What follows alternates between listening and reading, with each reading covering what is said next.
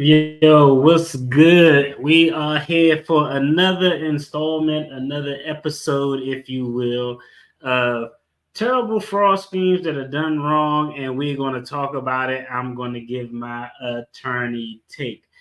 I mean, honest, like I could do a story on fraud literally every day because something crazy happens or occurs every day. But this one is going to be interesting. We're going to have a little bit of fun and get a little bit of laughs because, these some wild criminals. Like, looking at these criminals, I'm like, yo, bro, like, I'll be honest, I wouldn't even feel comfortable buying a sandwich from some of these individuals. But we're going to talk about it. If you're new to the channel, I'm Marcus, the debt free dad. We talk finances, attorney reactions, current events. I'm an attorney with over a decade of experience. So, when it comes to fraud and litigation, criminal law, all of that stuff, investigations, I am really well versed. So, hey, I'm probably a good person to talk about this. I'm gonna give y'all the real talk, let y'all know what's going on, how this stuff happened, how stupid it was, and the likelihood of conviction. That's what we always talk about. It's a little bit about the money, but sometimes it's about the laughs too. So we definitely gonna chuckle it up. So make sure you hit the subscribe button and like this video so it can get out to more people. Now, I was trying to think of, I got to get a little bit of structure when I do these shows. I'm kind of all over the place. So, hey, I think I got a structure for how we're going to do these shows. I'm going to give y'all, my version of the events. Then we're going to flip it to the video so we can watch the video where the news cover it. Then after that, we're going to rap about it a little bit and take a deep dive into it. Hey, as always, no legal or financial advice. Seek a professional in your area when you're looking for all of that type of stuff. Okay, now this occurred in Indiana, okay? And, shout out to Burger King. I think I inadvertently said y'all yesterday, and it was actually Hardee's or Carl's Jr. or whatever it is you want to call it.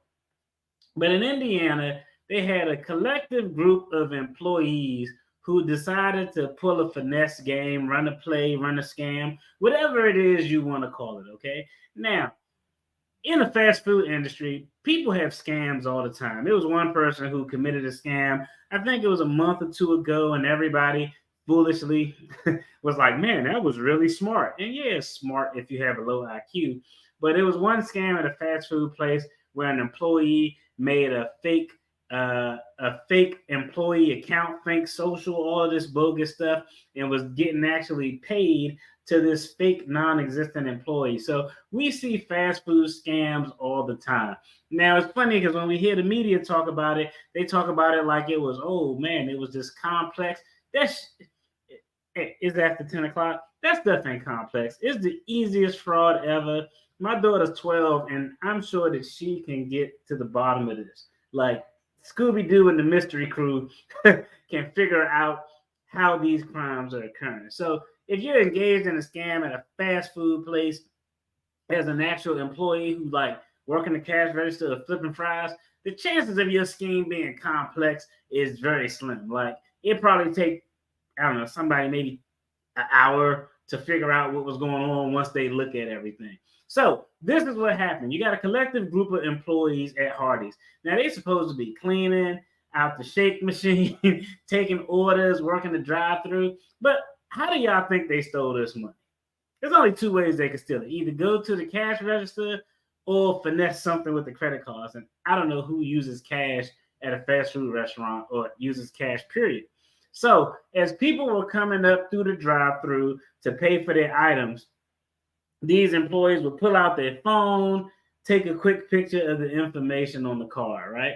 Now, that is actually a common thing that happens all the time. I actually seen videos out there where people get their credit card finessed like that, and they came back to the restaurant the next day and like called the person out and like put it on TikTok or something. So that's a really common scheme. Now, here's where it gets wild, okay? And there's going to be some things that make you ask why.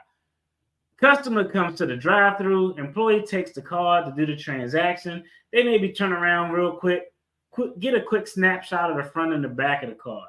Now, at that point, my logical mind is thinking, okay, once they got the card information, they probably slide that card information to somebody they know who's not associated with that particular Hardee's in that particular location. Then that person go order a bunch of stuff off of eBay or Amazon. Then they get rid of that card. They have it sent to, I don't know, an empty house, a girl who they know who's from the hood, who's cool with that type of stuff. That's literally where my mind went. But these guys said, you know what? We can one up that and go even stupider. After they got the credit card information, these employees proceeded, this is wild, they proceeded to go into the local jail system and put money on selected inmates' books. Now, when they put these money on inmate books, it ranged anywhere from $1,000 to $4,000. These inmates get this influx of cash on their book. A lot of inmates started making bond because they would also use the card to post bond.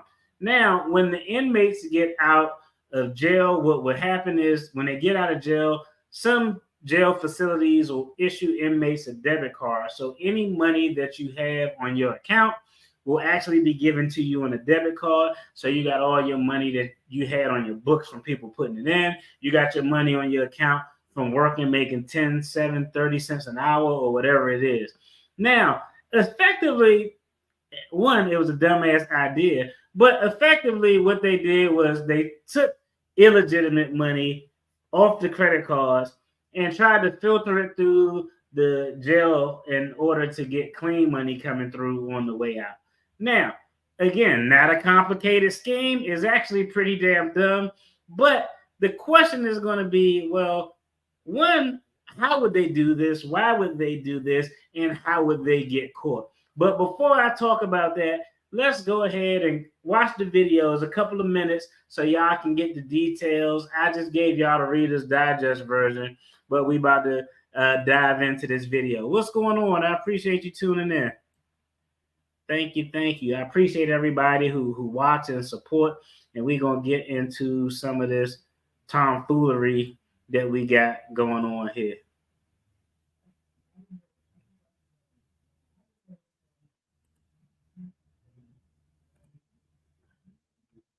Court documents, the fraudulent money-making and laundering scheme took place between August and September of this year, where employees allegedly stole a combined $15,000 from customer credit and debit cards. Van Schoik allegedly recorded the credit and debit cards, then gave the numbers to Ward and Arnold, who then put between $1,000 and $4,000 in 6 inmate accounts.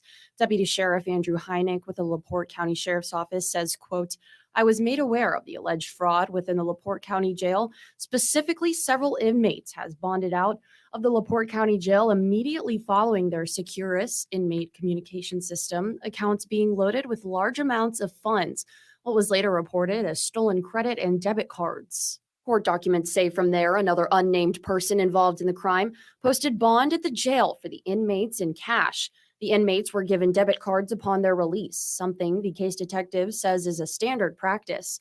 The debit cards were later used to collect the inmates' compensation for participation. Hynek says, quote, so basically they laundered money through the jail system. They put fraudulent money in and got clean money out. The court documents allege that inmate Lawrence Armstrong was the organizer of 5 other inmates. I went to the Hardee's in Michigan City today where an employee and the manager told me they had no idea this was going on. The manager also saying she's shocked this happened. The regional manager has not responded to a request for comment. All right, so that's the quick and fast of what went down. Now let's talk about this real quick, okay? Because there's a few things in there that we got to talk on. Because the first thought I had is, if I'm working at a fast food restaurant and I'm taking someone's credit card number, why do I need any other intermediary to send it to? Like, think about it. If you're working at the drive-thru, you take the credit card, you got the credit card. If you want to take $5,000 off of it, you can take 5 racks off of it right then and there, and you never have to filter it through an inmate or to somebody else to do anything. I mean, the less people involved, presumably the better. It's just you, one transaction. You don't got to split nothing with anybody. So I thought to myself, like, man, why would they actually get the inmates involved in the first place? And so I had a suspicion. it's one or two things, okay? And when we look at the pictures of the people who committed this thing, I feel like I'm going to be spot on. Hey, yeah, I'm going to stereotype some people on these pictures, but hey, it is what it is. Sometimes stereotypes can be accurate. But it was one or two things. The two individuals who they showed in the video, it had to either have been, my initial thought was, they are in some type of gang, something like that. They know that folks are in custody. That's why those two set it up as a way to, one, transfer money to their folks in custody and get their folks out of custody. That's point number one. Point number two was, if it wasn't a member of a gang who was doing it to get someone else they know out, or somebody doing it to get someone they know out, whether it's through gang, family, friend, whatever, it had to be somebody who got some crackish tendencies. Because let's just think about it. That's a real crackish crime to do, to commit a theft and not take the maximum amount of the proceeds right then and there when you take it. When you got the card number and information in your hand, I took this card, but let me give it over to them so I can put money on their books. So it had to even have been some type of true gang knowledge between the guys who set it up and the people they wanted to get out. Or, like I said, there was some crackish behavior of, we'll take the cars, but we don't know what to do. How can you help us facilitate this crime? One of the two. The second thing is, this was a real and easy investigation. Okay, real easy investigation. Real easy investigation. You know, I was talking to one of my homeboys about this the other day, and he was like, "Man, I wonder how long did it take them to find out?" I'm sure it took them every bit of, I don't know, maybe a month or so. But let's just put this in the context. You have 5, 7, however many idiot employees who work at Hardee's. We'll call this Hardee's location A. Credit cards go missing. The sheriff's office noticed that people are getting an influx of cash on their books at the local jail. Of course, that's crazy, because who the hell sending somebody $1,000, $4,000? That's uncommon. Hey, DFD has dealt with a lot of persons who are incarcerated throughout my life and career. For somebody to get that much money in one lump sum is completely outside of the norm. And they actually got flags in the system to where if someone gets a deposit over a certain amount, it immediately is going to send a flag and somebody's going to look into it. So you got employees at Hardee's A in this specific location. They give money to inmates on their books of $1,000 to $4,000. A flag is raised. The next thing that sheriff's office is going to do is say, you know what? Let's go ahead and do an investigation, because we want to see what's going on. Okay, what do these guys have in common? Okay, everybody had the money put on their account via a credit card. They're going to know if it's a credit card, it's a debit card. Everybody had the money put on their account via credit card. But that's really the extent of where they can go. At that point, the sheriff's office, what do you think they're going to do? They're going to reach out to the credit card providers, because credit card providers, they can conduct their own investigation. So they're going to call Visa, MasterCard, whoever the credit card was, American Express, and say, hey, we got a lot of inmates who have recently got a large amount of cash placed on their books, and we're confused. We know y'all not going to punt over the financial records to us because it's someone's personal financial information, right? Well, they won't punt it over unless the individual who had the fraudulent charges actually called. Then they'll probably work jointly. And I'm sure these people notice. I'll tell you right now, if somebody took my card, if you bought like something worth $5, I may not notice right away. If you put a couple of racks on the local jail or somebody's book, oh, I'm noticing that shit. I'm calling immediately. I'm calling immediately. So I saw the customers call. Sheriff office is going to call the bank. The banks, the credit card companies are going to start looking. What do you think is going to be the commonality that they're going to find to catch all of these idiots who did this? That's just somebody let me know in the comments. You got 5 inmates, 5 different credit cards, all got large amounts between $1,000 and $4,000. I guarantee you the one commonality that they're going to find is that, wait a minute, somebody went and ordered a combo meal from Hardee's located at location A 1 or 2 purchases before these big-ass deposits were made on these inmates' accounts.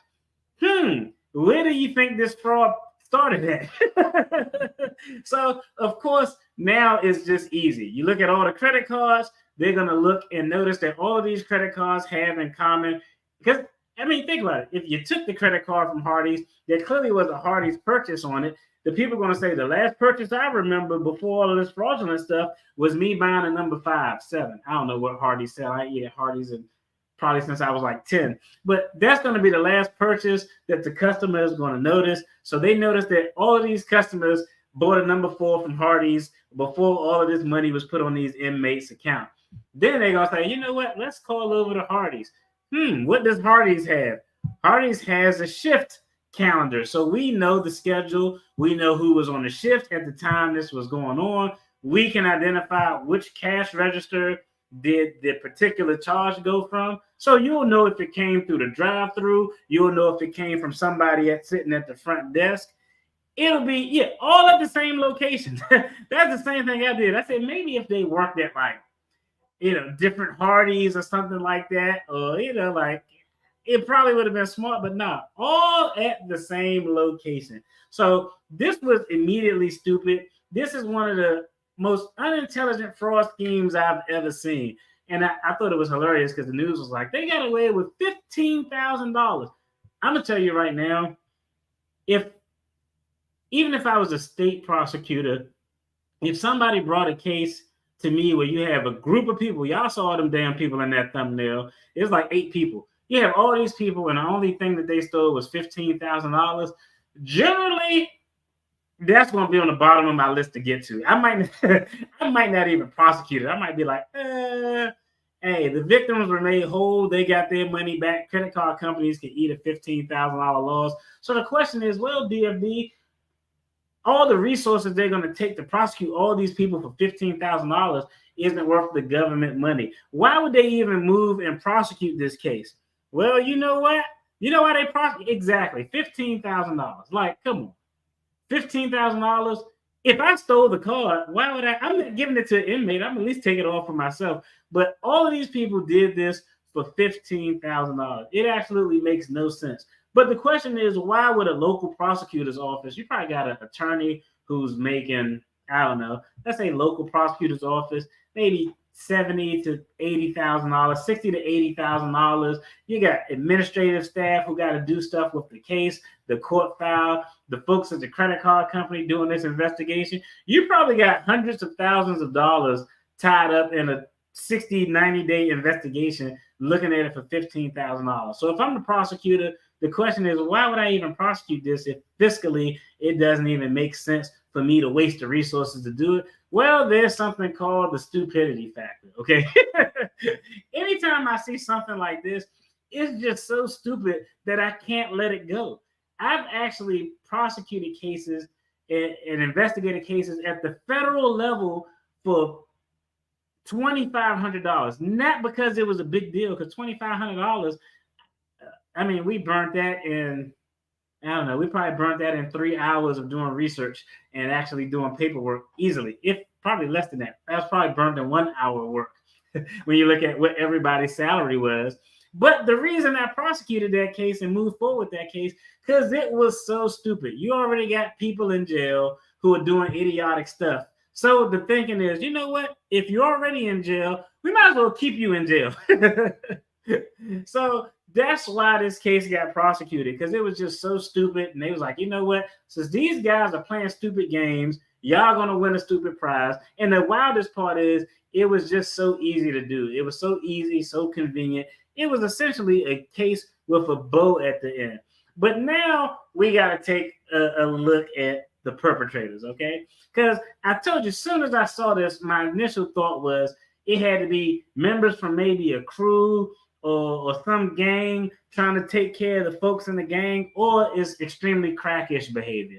Generally, you're not going to have someone who's, who doesn't exhibit crackish. Most people who commit a crime, they immediately take the proceeds for themselves, and they won't.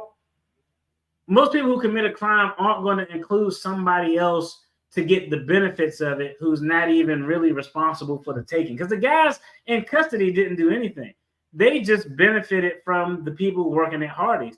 And so when I took a look at some of these people, I was like, one, these mug shots are wild. But hold on, we gotta pull these mug shots up because I want y'all to take a look at what we got here. Because I know y'all probably thinking like, man, it could have been some good wholesome people working there, which is true. It probably could have been some good wholesome people working there, but I don't think these guys were it. Let's go ahead. Let me go ahead and I thought I already had it pulled up. Give me a second. I'm not even squared away. Let me go ahead and pull up this image because we got to take a look at it. This is the wildest ragtag group of perpetrators. And as soon as I saw these mugshots, I was like, yep, their mugshots make me actually want to prosecute them. Only one is gift wrap is easy. The facts are easy. It's little investigation. Two, hey, it's already people who just got out of jail involved, so we might as well go and put y'all back in. But three, when I looked at these mugshots, I was like, yes, these people look like individuals who would commit a crime that was, in fact, this stupid. Let's see. Let's go ahead and get this pulled up. All right, I got it. All right, so let's take a look at the screen. Let's see if we can make this bigger. Okay, so we're going to call the people on the top row. That's row A. Then we got row B and so forth. Okay, so the few individuals who we know are involved from the pictures, guy 1 and 2. Guy 1 and 2 from the news article. The first two individuals on the top. We're going from left to right. Those are the two individuals who look like they were out of custody, who were kind of facilitating this thing. The individual on the bottom row in the middle is one of the inmates who was the actual beneficiary. So I take it everyone else on this are all employees, okay? So, hey, I don't know if the first two individuals on that top row, persons 1 and 2 on row A, have any type of gang affiliation or that, but they clearly had some type of relationship with the inmates who were, they weren't just pulling it out the kindness of their damn heart, like, let's just go put some money on these guys' book. So there was clearly some relationship there, okay?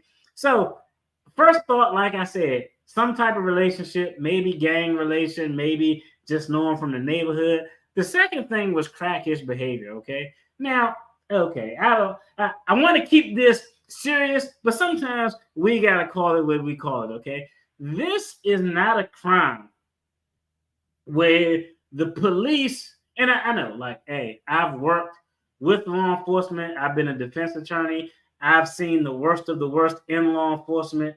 I've dealt with them on trials. I've dealt with good people in law enforcement, bad people in law enforcement.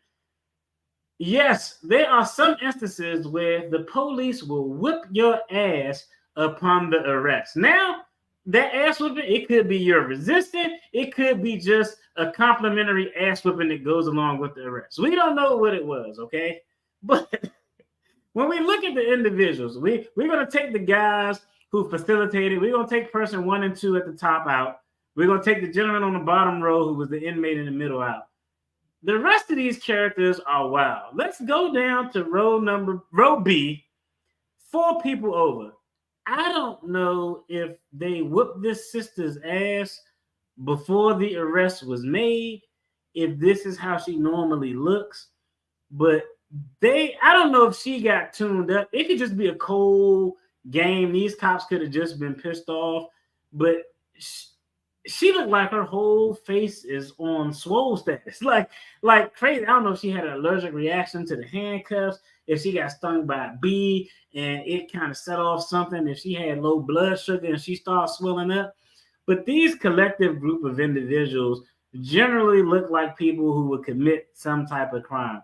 I don't know if there was some substance abuse, but I'm telling you right now, if you went in freaking Hardee's, McDonald's, Arby's, wherever you wanted to get your fast food fix, if you saw these collective group of individuals working in there, would you actually really buy a sandwich? I don't know about y'all, but I look at that type of stuff. Sometimes things look crazy. Man, yeah, crazy, but I'm sorry. I had to go back because I had the screen lost. Buster Douglas Wow, man. It's crazy. Like I said, I don't know if that's just how they look. I don't know, but I mean, even the lady bottom row in position number one, like she has all the telltale clues of either somebody who had a hard knock life or or had some type of substance abuse problem. But these types of crimes are normally committed by people who want to, hey, we want to get the homies out, or hey, we got it's some tweaker who just trying to do something for somebody to either get something in return.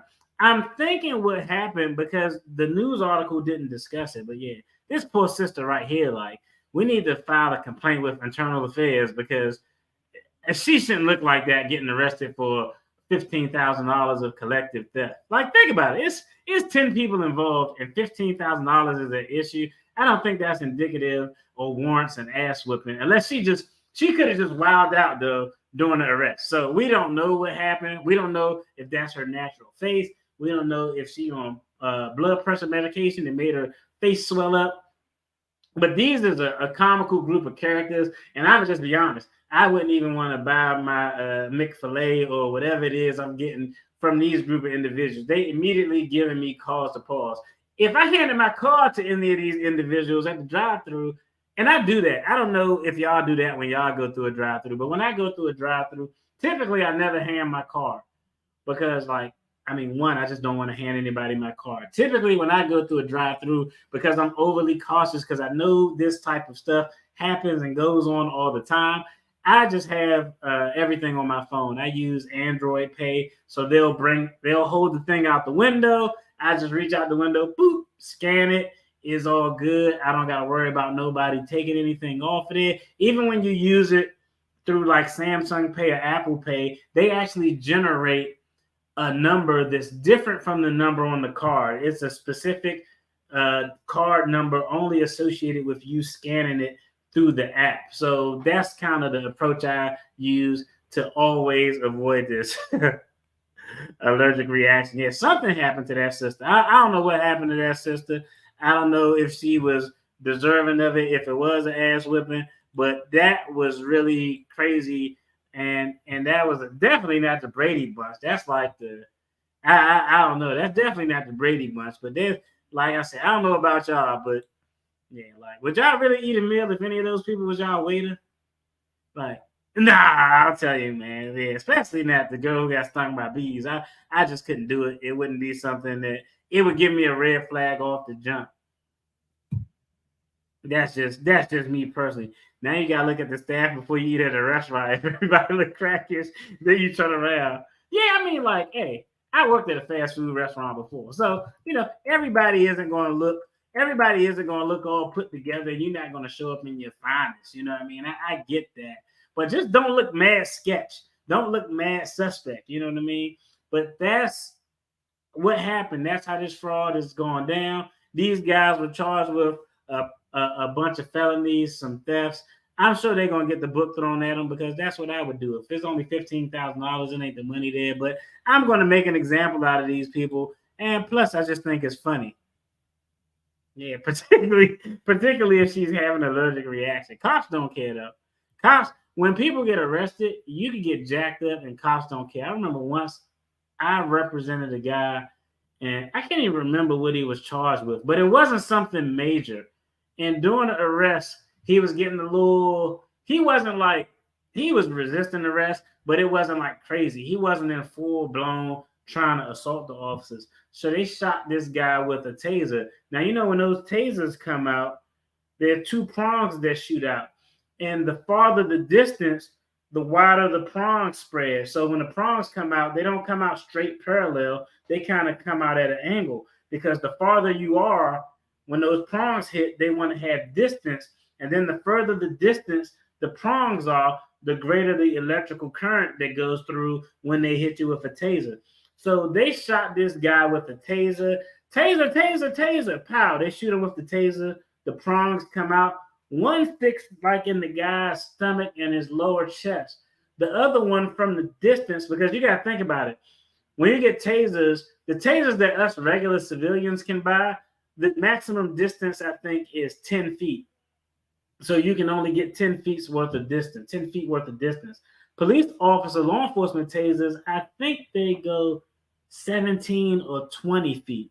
They go way farther. So when this guy got shot with the taser, one hit him in his lower chest, the other one hit him in his eye. When that thing hit him in his eye, so imagine you got electrical current from a taser going, and the 2 points of contact is your goddamn eyeball and your chest. So of course they take this guy into custody literally the next day. And what do you think? You think he goes to a medic? Man, they don't got no real like they got medical staff at the jail, but it ain't like he gonna see like a high-speed Doogie Howser. He's not going to ER where it's a high-speed doctor who graduated from Harvard. Like, no, most times when these things occur, it's probably some staff, maybe a nurse or something like that. So this dude got hit in the eye with a taser. Electrical current went from his eye to through his damn chest. He's literally on the jail line. They probably told him to put some pressure on that damn thing. The next day, he's at first appearances. I'm representing this guy, and this guy sitting there like, I'm like, damn, y'all ain't even give him a patch or nothing so he could look like a pirate. He's just sitting on the jail line, and I'm immediately like, why the hell is this dude eye so juicy? Until it was explained. The prosecutor was going through the story. Then I had a conversation with the guy. Luckily, we actually had the first day he was on the jail line, the judge refused to let him out so he can actually go to the hospital. So they brought him back the next day. And when they brought him back the next day, after talking with him and the prosecutor, there was a different judge who was sitting on the bench.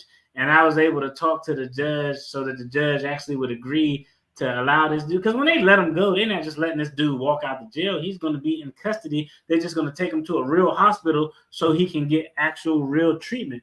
And so they actually allowed him, and the judge allowed him to go to the hospital. And luckily, this judge was a judge who was rational. He was like, yo, the only reason I'm going to let this guy get out because your eye is really connected to your brain in close proximity with all the nerve endings. And I don't want him to get an infection that can immediately impact his brain and affect, his livelihood, his life, and, his ability to actually know what's going on throughout this process. So, hey, sometimes cops don't give a damn. So they could have tuned old girl up. Old girl could have just, like I said, she could have just had the fat face. I don't know, but that's a ragtag group of people, and I don't want to eat any meal that they serve. Maybe the first two guys I would probably be cool with, because like the first 2, 3, maybe 4, but there's a couple of them who just look real sketch, and DFD is probably going to reluctantly decline and pass. But yeah, you got some judges out there who are just dope and who really take their job seriously and know that, what, we got to help people when they can help. I mean, this dude, you get an infection in your eye, that shit can kill you. Like quick too. You get an infection and it hit your brain that damn close, man, that's a wrap. It ain't gonna be nothing you can do from it. So shout out to that judge. And it's crazy too, because in all other regards, that judge was terrible. Like if somebody said, hey, DFD, you charged with a crime, what judge do you not want to go in front of? I definitely wouldn't want to go in front of him. But on that issue, he was real logical and rational, so it ended up working out. So, hey, that's today's latest episode of When Fraudulent Activity Gets Stupid and How It Can Impact You. So when you're going through the drive-thru, when you're paying for stuff, you just got to have some due diligence. You got to be observant. You got to pay attention to what's going on. Like I said, typically, I don't like to give my card out in the drive-thru because I know the drive-thru hustle. They take your card like, hold on, I already know the hustle, and I just choose and elect not to participate. So anytime I'm at the drive-thru, that's what Samsung Pay is for. I don't even like when I go through. Sometimes they'll be like, give me your phone, and they'll reach out. And I'd be like, nah, bro, don't touch my phones with your credit hands. You stick the device out so I can pay for it. You don't need to touch my stuff. So I'm real anal about stuff like that. I'm real anal about stuff like that because, hey, I work to see the worst of the worst. It must be hard being a cop dealing with it. All the low lights, you must get complacent. Yeah. And that's one of the things where, like, a lot of, I was never one of those defense attorneys who was like, oh, you didn't know what was going on, officer. Let's just be honest. Most people will never have an idea of what it's like to be in a situation where your life can be taken away through some sorts of violence in a blink of an eye. Something can go from not being nothing, it can go from 0 to 100 real quick. And the only reason I can kind of relate is because, hey, I've been in a war zone before. So when you're in a war zone, you never know. You could be just standing there talking to one person, not thinking it's nothing. Somebody could be strapped with a bomb. Somebody could pull out an AK. Somebody could jump out of the bushes from an opposing military occupation. So I understand the stress. So when I was a defense attorney and I would get those cases, like I remember I had one case and the guy had tint on his car and his tint was dark as hell. Like, typically 20% is what the law authorizes. 20% tint is enough so people really can't see in, but people can see in. You know what I mean? So it's not completely dark. But this guy had super illegal tint. I mean, it was like he had a damn piece of black spray painted piece of construction paper over his window. You wasn't seeing absolutely anything. So this dude had the illegal tint on his car. The cops pull him over, right? Now, when you walking up to a car that got tint where you can't even see inside, as a cop, I understand the logic of you're going to be on edge because of what? Why would you be on edge? Because you can't see that person's hands. You have to be able to see that person's hands at all times to see what they're going to do. So for someone to park, I mean, honestly, if I was an officer, if I was an officer, depending on what I'm pulling them over for, that's a real tough situation when you can't see a person's hands. And some defense attorneys will be like, oh, the way this officer reacted when he pulled up, because he pulled up, pulled the guy over, asked the guy if he can roll down the window, and you got some people who be like, they roll down the window just a crack, just enough to slip their ID through. And they was like, oh, the officer was going too far. He was being wild. And I'm like, nah, I'm not even going to argue and make that point because the officer in that case wasn't wilding. The officer couldn't see the person's hands. All he had was a crack in the window. So, yeah, if I'm an officer, I'm going to be a little bit on edge. I'm going to be a little bit of belligerent. I'm probably going to be a little bit of an asshole if you don't want to roll down the windows so I can see your hands. And the officer actually effectively communicated that. He was like, yo, I'm back here and I'm asking you to roll down your window at least halfway. Work with me because I have to be able to see your hands. If I can't see your hands, I don't know if you don't have a weapon. I don't know if you're reaching for a weapon. And I want to make you comfortable and I want to put myself in a position where I can be comfortable so we can have the conversation. If you're getting a ticket, you can get your ticket and you can go about your business. So the officer actually in that case did a good job. But yeah, hey, shout out to law enforcement, especially the people who are out there doing it the right way. Because, law enforcement, they really don't make a lot of money. When they do make a lot of money, it's because they doing a gang of overtime. And that could get messy real quick. And I know me, I'm not built for law enforcement. I'm not built for law enforcement. You know what I mean? I would approach everything as if we still in the war zone. And that's not how law enforcement should approach things. Law enforcement got to approach it as it's hard because you got to approach a situation as law enforcement is this person is just a civilian and I got to give them the benefit of the doubt that they're going to do the right thing. As opposed to, if you're a soldier in a war zone, my standpoint is I don't got to give this person the benefit of the doubt. This person is probably out to harm me. So I got to make sure I'm protected first and foremost. You know why? Because DFD not down in the desert. That's not what my destiny is. And I'm going to do what I got to do to get home. It's two different mentalities, two different approaches. Yo, that's it for this video. Don't do anything fraudulent. Tomorrow we're gonna talk about DJ Envy and his fraud allegations. If y'all not familiar, DJ Envy was working with another guy named Cesar Pena out of New Jersey with regard to real estate investing. They was selling courses and having these big multi-level presentations, going on the Breakfast Club, promoting it. Well, what do you think happened? Cesar Pena is getting sued for a multi-million-dollar lawsuit for properties he didn't even own, bogus real estate investment schemes, and everybody is looking at Envy like, yo, bro, you looking kind of sketch. And he finally spoke on it yesterday and addressed it. So we're going to touch bases on that. And I'm going to give my attorney reaction to what he said, or more importantly, what he shouldn't have said when he made his comments on The Breakfast Club, a nationally syndicated show. Shut the hell up, but we'll talk about it tomorrow. If you enjoyed this video, make sure you check out the video on the screen. There's going to be more content where we talking finances, attorney reactions. Hey, respect to everybody who tuned in, everybody who dropped a comment, who watched these videos. I truly appreciate y'all. I love y'all. I hope y'all enjoy the content. And if you got something you want to see, y'all know how to hit me up. IG. If you got my number, a few of y'all in this chat do, text me. Hey, I want to make sure y'all getting stuff that y'all enjoy. So it's no big thing if y'all reach out. I'm going to make sure I cover it. Y'all be safe. Take care. Peace.